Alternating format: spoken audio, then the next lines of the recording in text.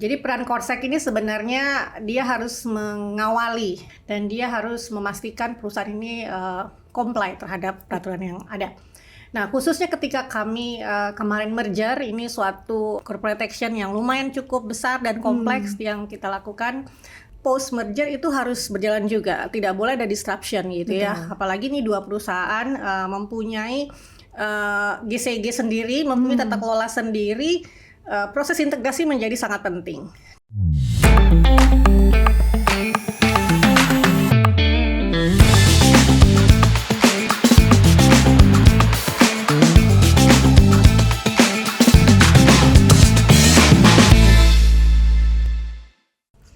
Halo semuanya, kembali lagi di podcast Leaders Talk Sustainable, media digital yang kita berikan sebagai bentuk dan juga wadah untuk komunikasi dan juga diskusi terkait dengan sustainability. Masih dalam rangkaian kolaborasi bersama Indonesia Corporate Secretary Association atau ICSA, kita hadirkan narasumber yang luar biasa hari ini, yaitu Ibu Ranti Asari Rahman selaku Group Head Corporate Secretary PT Excel Smart Sejahtera Tbk.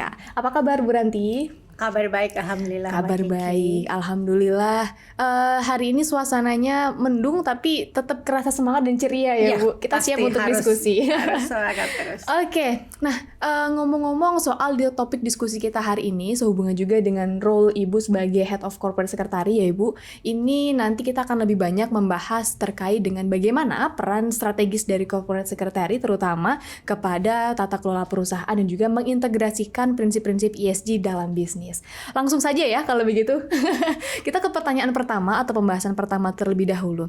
Ya mungkin kita perkenalan terlebih dahulu terkait dengan PT Excel Smart Sejahtera Tbk. Kira-kira seperti apa? Silakan. Ya, makasih. Jadi saya Ranti, saya saat ini kebetulan menjabat Group Head Corporate Secretary PT Excel Smart Telekom Sejahtera Tbk. Agak panjang ya Mbak. Jadi mungkin teman-teman yang belum tahu siapa sih Excel Smart gitu ya. Ini kita suatu perusahaan yang hasil penggabungan. Kalau mungkin dengar beberapa bulan terakhir atau tahun lalu adanya penggabungan dua telekomunikasi terbesar di Indonesia, yaitu Excel Axiata dan Smartfren. Nah, setelah merger efektif di pertengahan April tahun ini, kita berubah nama menjadi Excel Smart Telekom Sejahtera Tbk. Oke, baru beberapa bulan berarti ya Bu ya? Jadi udah mau jalan 8 bulan ya, 8 bulan. sejak April. Sejak April, oke. Langsung saja Bu, terkait dengan merger antara dua perusahaan, dua brand juga ya ini sebetulnya Bu. Kira-kira peran Ibu sebagai Head of Corporate Secretary untuk mengintegrasikan dua entitas, termasuk juga di dalamnya nanti ada beberapa stakeholder yang harus diintegrasikan juga. Kira-kira seperti apa menjalankannya Bu? Ya mungkin boleh saya tarik mundur dulu sebelumnya boleh. ya. Jadi mungkin teman-teman udah kenal sebelumnya apa sih itu corporate secretary ya. Jadi sekretaris perusahaan lah kurang lebih gitu ya. Jadi peran Korsek ini sebenarnya dia harus mengawali compliance di suatu perusahaan, tata kelola, GCG, ESG gitu ya. Dan dia harus memastikan perusahaan ini comply terhadap peraturan yang ada. Nah, khususnya ketika kami kemarin merger, ini suatu corporate action yang lumayan cukup besar dan kompleks yang kita lakukan. Sebelumnya saya di Excel Axiata, jadi setelah merger kita menjadi Excel Smart. Di corporate secretary ini memegang peranan yang sangat strategis, Mbak, penting sekali. Karena mungkin hampir jarang perusahaan, ada nih dua perusahaan TBK yang merger gitu ya. Jadi ini sangat jarang sekali kita temukan di Indonesia, PT TBK, dua-duanya TBK dan dia merger, ini sangat kompleks karena kita harus memastikan proses merger ini sesuai dengan aturan yang ada, terutama aturan dari pasar modal ya, ada OJK, Bursa dan lain-lain. Dan nggak hanya itu, karena kami sama-sama perusahaan telekomunikasi, kita juga harus comply terhadap aturan yang ada di sektor telekomunikasi. Jadi melibatkan banyak stakeholders merger. Jadi ada internal, eksternal, ada konsultan, ada regulator, ada direksi, komisaris, pemegang saham. Sehingga peran Korsek di sini dia harus menjembatani lah, penghubung gitu ya, penghubung untuk seluruh stakeholders ini gitu. Dan dia harus memastikan ini berjalan dengan baik. Memastikan direksi dan kawan komisarisnya dalam pengambilan keputusan bahwa merger ini dilakukan untuk kepentingan perusahaan, telah melindungi kepentingan seluruh stakeholders termasuk kreditur, partner, karyawan terutama dan juga minority shareholders. Jadi sangat penting peran Korsek di ketika proses aksi korporasi ini. Betul. Menarik tadi Ibu soal bagaimana dua perusahaan sama-sama TBK begitu ya, akhirnya merger menjadi satu begitu. Tentu banyak sekali dinamikanya. Melihat tadi stakeholdernya juga banyak macamnya begitu ya. Kira-kira seperti apa dinamika yang mungkin dari awal 8 bulan yang lalu sampai sekarang ini terjadi, dan bagaimana corporate secretary bisa membuat dinamika tersebut tidak mengganggu keseluruhan proses bisnis dari perusahaan. Iya, betul sekali Mbak. Jadi setelah tadi proses merger terjadi di pertengahan April, tentunya ini nggak selesai. Betul. Ya, jadi kita harus memastikan ini perusahaan yang baru bergabung dua gitu ya. Kita harus memastikan proses merger ini post merger itu harus berjalan juga. Tidak boleh ada disruption gitu ya. Apalagi ini dua perusahaan mempunyai GCG sendiri, mempunyai tata kelola sendiri, proses integrasi menjadi sangat penting. Nah, di peran Korsek lagi nih tambahan ya gitu, terutama dalam mengawal si tata kelola perusahaan tadi. Dari dua perusahaan yang berbeda dengan tata kelola yang berbeda, ini harus diintegrasikan. Kita harus mencari bentuk tata kelola yang pas untuk si Access Smart ini gitu ya. Terutamanya memastikan bahwa ini agak uniknya di penggabungan Access Smart ini kita mempunyai dua pengendali yang sama, equal. Jadi kita sebutnya joint controllers gitu ya. Jadi ada dua pemegang saham pengendali ini harus balance ya. Jadi informasinya harus balance gitu ya. Harus equal treatment juga terhadap minority investor atau minority shareholders gitu. Nah, inilah perannya si Korsek. Sampai saat ini belum selesai. Jadi kami harus memastikan membentuk suatu tata kelola yang baru yang cocok untuk perusahaan. Dan ini nggak gampang gitu, karena kita harus menggabungkan semua aspirasi tentunya. Kita mencari tepatnya seperti apa sih tata kelolanya gitu. Nah, ini masih belum selesai, tapi kami harus memastikan proses harus berjalan, operasional perusahaan harus berjalan, proses pengambilan keputusan baik di direksi dan dewan komisaris juga nggak boleh terganggu. Ini harus tetap berjalan dengan tata kelola yang sedang dibangun saat ini. Tadi menarik soal posisi perusahaan sebagai perusahaan TBK. Tentu stakeholdernya sangat banyak, apalagi dua perusahaan begitu ya yang sebelumnya. Nah, kira-kira pasti juga ada tuntutan untuk bisa menjaga dan juga membangun kepercayaan publik, Bu. Kira-kira seperti apa prosesnya? Nah, iya. Jadi tadi disampaikan Korsek itu sebagai penghubung gitu ya. Penghubung nggak cuman ke dalam tapi juga keluar. Dalam hal ini kita ke publik.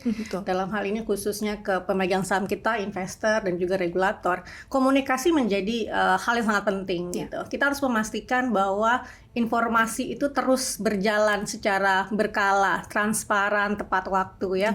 Untuk memastikan bahwa para stakeholders kita mendapatkan informasi dengan tepat, bahwa harus menjaga kepercayaan mereka gitu.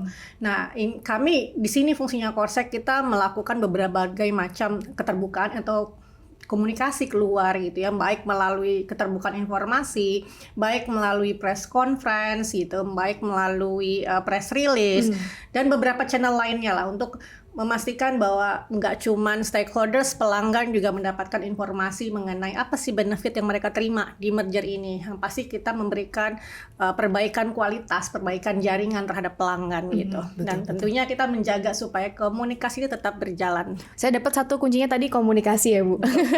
Nah, soal komunikasi tadi, Bu, tentu banyak sekali strategi dan bentuk-bentuk yang mungkin di craft oleh Ibu sebagai corporate secretary untuk bisa publish begitu kepada media, kepada khalayak umum begitu. Nah, kalau kita berbicara kembali soal bagaimana strategi komunikasi dalam artian untuk turut meningkatkan reputasi perusahaan, tentu juga sebagai salah satu compliance, karena sebagai perusahaan TBK tentu harus banyak sekali regulasi-regulasi yang harus dipenuhi begitu. Kira-kira seperti apa strategi komunikasinya, Bu? Nah, ini juga tadi ya disinggung mengenai strategi komunikasi dan memastikan compliance terpenuhi gitu ya. Nah, di Access Smart itu kita memastikan semuanya menggunakan teknologi. Kita memanfaatkan penggunaan teknologi yang kita sebut namanya dengan digital governance gitu. Nah, kalau mungkin saya bisa flashback ke belakang gitu ya, nggak cuma sekarang tapi kami sudah lakukan itu di jauh-jauh beberapa tahun sebelumnya. Triggernya pasti pandemi lah gitu ya. Ketika pandemi itu akhirnya memaksa orang melakukan transformasi gitu ya, menggunakan teknologi, memanfaatkan teknologi. Terutamanya dalam hal ini di Korsek kita memastikan digital governance itu terjadi. Nah, kami dulunya Excel Axiata sebelum Excel Smart kita satu-satunya saat itu menjadi perusahaan pertama, perusahaan TBK yang menjalankan pelaksanaan RUPS itu secara full elektronik. Dulu disebut dengan namanya e-RUPS. Jadi mulai dari pendaftaran RUPS, pelaksanaan RUPS, pengambilan voting gitu ya, pemegang saham, hasil dan medianya pun dalam RUPS itu elektronik, full elektronik gitu. Sehingga waktu itu kita sempat mendapatkan award suatu inovasi GCG dari salah satu penyelenggara terkemuka juga gitu. Nah, nggak hanya berhenti di sana gitu. e-RUPS ini konsisten kami lakukan sampai dengan tahun lalu.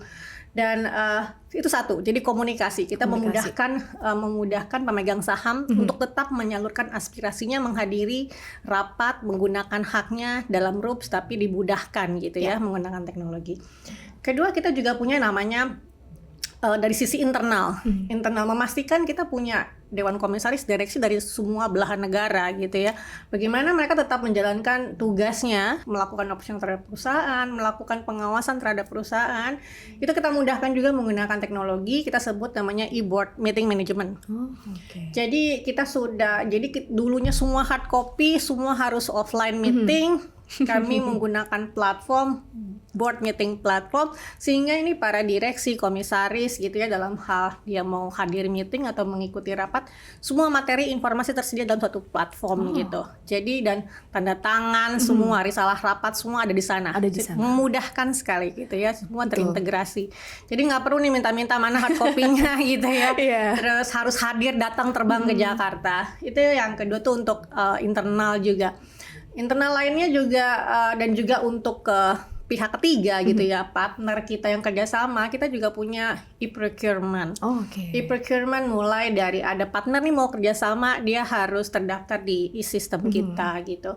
Terverifikasi dan proses seleksi tender juga dilaksanakan melalui e-procurement system. Dan ini juga integrated langsung ketika misalnya sudah dipilih hasil tender, harus dikeluarkan sebuah perjanjian kerjasama. Itu langsung terkoneksi dengan e-contract management system kita gitu.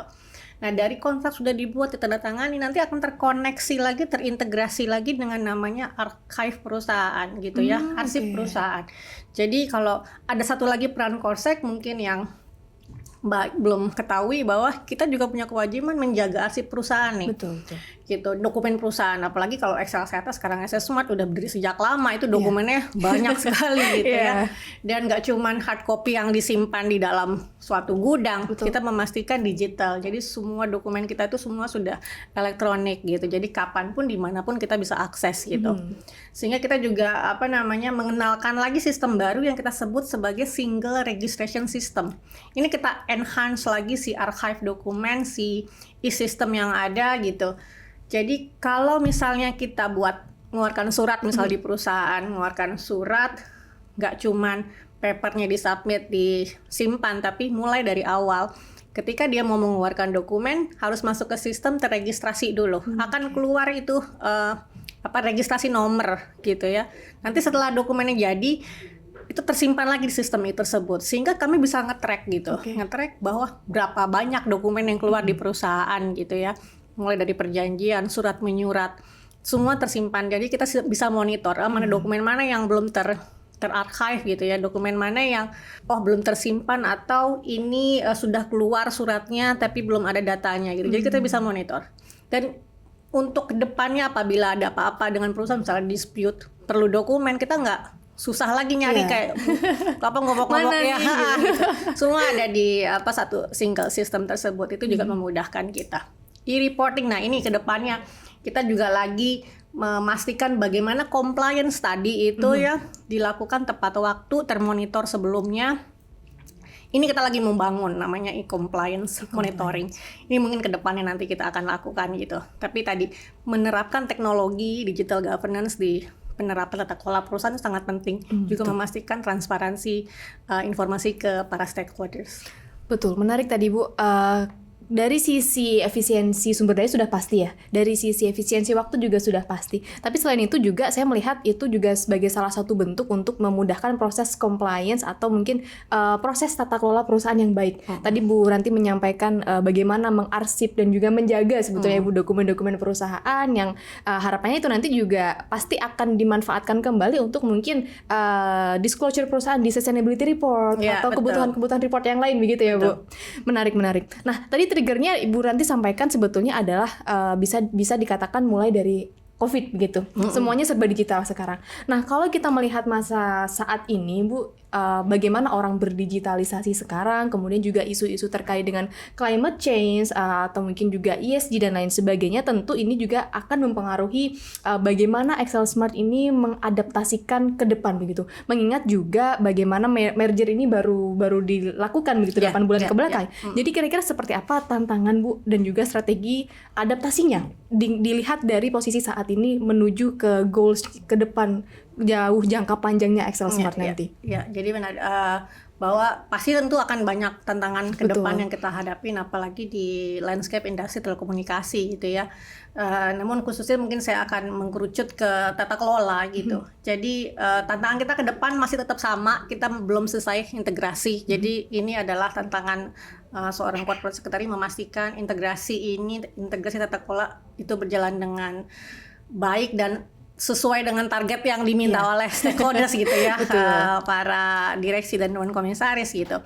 Ini yang sedang kami kejar gitu, memastikan kita mempunyai suatu governance yang tepat untuk perusahaan pasca gabungan, sehingga GCG ini memberikan value creations ya dan sinergi yang berdampak tentunya ke masyarakat nantinya gitu. Tentunya untuk strategi ke depan kita nggak berhenti di sini ya, nggak cuma hanya integrasi gitu. Masih banyak inovasi-inovasi lain yang belum kami jajaki, yang belum kami lihat. Tentunya AI salah satunya gitu ya. Menurut kita AI ini menjadi penting. Bagaimana kita bisa memanfaatkan AI untuk menunjang perusahaan gitu ya, terutama dalam hal ini GCG tata kelola. Sehingga tadi yang saya sampaikan, peran Korsek terhadap digital governance semakin meningkat gitu ya, untuk memastikan kita tidak hanya pasif di belakang tapi kita harus proaktif di depan juga gitu. Betul.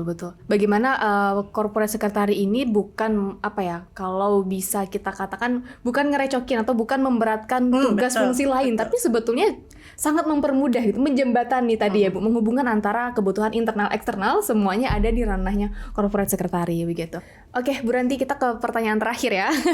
Tadi saya banyak mendengar dan juga menyimak bagaimana strategi dan juga peran dari corporate secretary khususnya di perusahaan PT Excel Smart ini.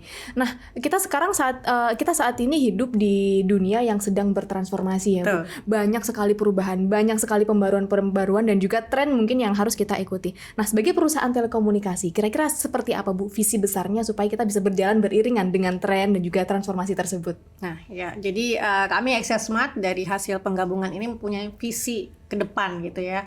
Visi yang sangat mulia. Kami ingin menjadi perusahaan di Indonesia yang menjadi paling dicintai gitu di tahun 2027 nanti. Nah, ini dicintai ini maknanya besar gitu ya. Nggak cuma dicintai oleh pelanggan kami gitu ya, tapi juga bagi karyawan yang bekerja di Excel Smart. Ini yang menjadikan cita-cita besar kami, dan tentunya ini perlu kolaborasi bersama, tidak hanya corporate secretary tapi seluruh organisasi, seluruh internal perusahaan. Kami ingin memastikan memberikan sesuatu yang bermanfaat dan terbaik bagi pelanggan kita. Luar biasa sekali visi besarnya. Semoga kita sama-sama berjalan beriringan ya Bu menuju visi besar tersebut. Terima kasih banyak Bu Ranti, nggak berasa ini ngobrolnya karena asik sekali. Semoga next kita bisa ada waktu luang kembali untuk bisa berdiskusi soal bagaimana peran corporate secretary. Terima kasih, selamat sore. Terima kasih.